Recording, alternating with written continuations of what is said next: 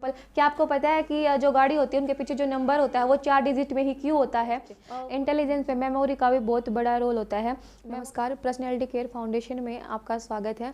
आज हम बात करेंगे आईक्यू के बारे में। आईक्यू के बारे में पहले थोड़ा जान लेते हैं। आईक्यू की फुल फॉर्म है इंटेलिजेंस कोशेंट। इसको डेवलप किया था फ्रांसीसी मनोवैज्ञानिक अल्बर्ट बिनेट जी ने 1905 में। ये जो है हमारी बौद्धिक क्षमता को मापता है, हमारे सोचने समझने के स्तर को मापता है।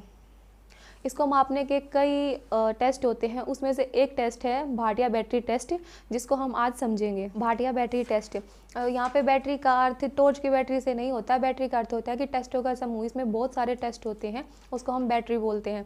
भाटिया बैटरी टेस्ट जो है चंद्रमोहन भाटिया जी ने बनाया था, जिसको हम CM भाटिया भी बोलते हैं। इन्होंने इसको डेवलप 1955 में किया था। इसमें 5 छोटे छोटे सब टेस्ट हैं। पहला टेस्ट है को ब्लॉक डिज़ाइन टेस्ट। इसको जो है भाटिया जी ने नहीं बनाया था, इसको को ने बनाया था, लेकिन भाटिया जी ने अपनी टेस्ट में इसको शामिल कर लिया था, इसलिए इसको को ब्लॉक डिज़ाइन टेस्ट बोला जाता है। इसमें 10 डिज़ाइन होते हैं, यानी कि 10 कार्ड दिए जाते हैं जिसमें कुछ डिज़ाइन होते हैं और बच्चे को इंस्ट्रक्शन दी जाती हैं। कुछ लकड़ियाँ दी जाती हैं, लकड़ियों के छोटे छोटे टुकड़े दिए जाते हैं और उसको बोला जाता है कि वो हमारे इंस्ट्रक्शन फॉलो करे और उसको लकड़ियों को जो है उस जो कार्ड में जो डिज़ाइन होता है उसके अनुसार उस लकड़ियों को निर्मित करे, उससे उसको एक डिज़ाइन बनाए।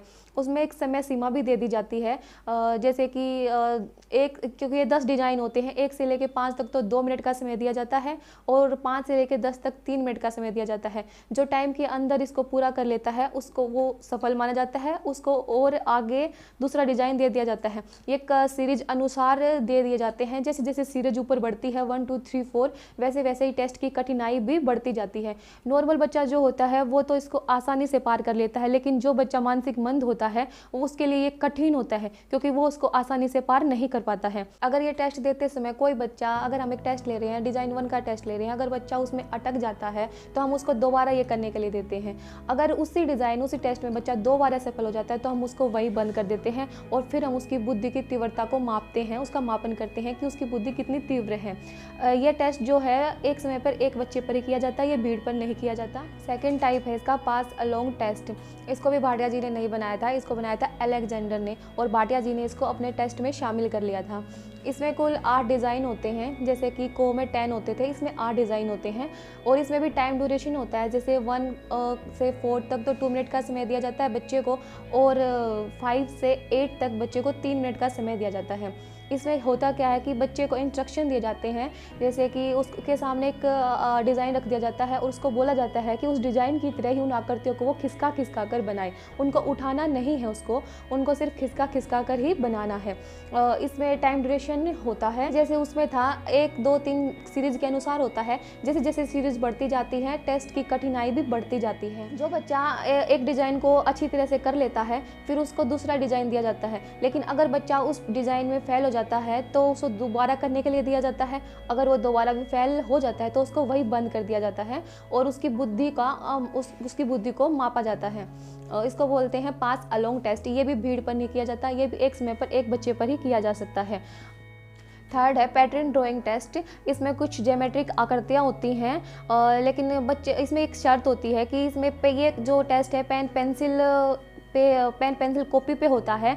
इसमें एक शर्त होती है, जब ये बच्चों को दिया जाता है कि जैसे कि आप कुछ बना रहे हो, जो डिज़ाइन बना रहे हो, आप उससे जब आप स्टार्ट कर देते हो तो आप पेन को उठा नहीं सकते और एक लाइन पे आप पेन को दोबारा वहाँ से क्रॉस नहीं कर सकते हो, नहीं चला सकते हो। इसमें भी टाइम ड्यूरेशन होता है, जैसे कि इसमें 10 डिज़ाइन होते हैं। 1 से 5 के लिए 2 मिनट का समय, 6 से 10 के लिए 3 मिनट का समय इसमें दिया जाता है। फोर्थ है पिक्चर कंस्ट्रक्शन टेस्ट। ये टेस्ट सबसे इंपॉर्टेंट इसलिए है क्योंकि ये स्वयं भाटिया जी ने बनाया था।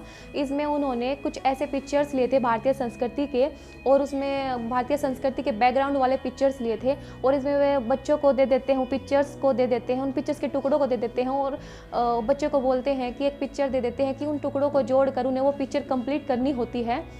इसमें भी 8 डिज़ाइन होते हैं। जैसे जैसे डिज़ाइन आगे बढ़ता है वैसे वैसे उस टेस्ट की कठिनाई भी बढ़ती जाती है। ये भी टाइम ड्यूरेशन पे होता है, जैसे इसमें 8 डिज़ाइन होते हैं तो वही 1 से लेकर 4 तक 2 मिनट एंड 4 से लेकर 8 तक 3 मिनट दे दी जाती है। इमीडिएट मेमोरी टेस्ट, इंटेलिजेंस में मेमोरी का भी बहुत बड़ा रोल होता है। मेमोरी को रिकॉल किया जाता है, देखा जाता है कि व्यक्ति कितना सुन पा रहा है और सुनकर उसको कितनी समझ कर उसको बोल पा रहा है। इस टेस्ट के 2 माध्यम होते हैं, गणित व हिंदी।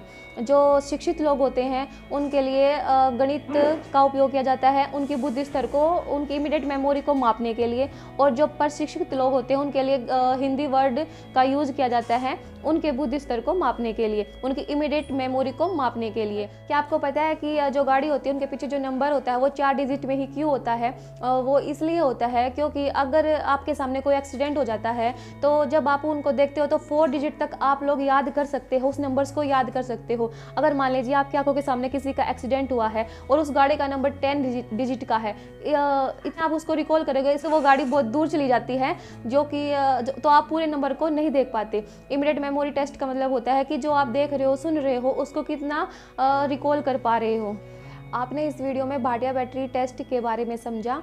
हम किसी दिन इसको लाइव किसी बच्चे पे या किसी क्लाइंट पे करके भी दिखाएंगे ताकि आपको अच्छे से समझ में आ सके। आपकी उम्र 11 से 16 साल है या फिर आपकी किसी नॉन की उम्र 11 से 16 साल है जो ये टेस्ट करवाना चाहता है तो हमसे संपर्क करें।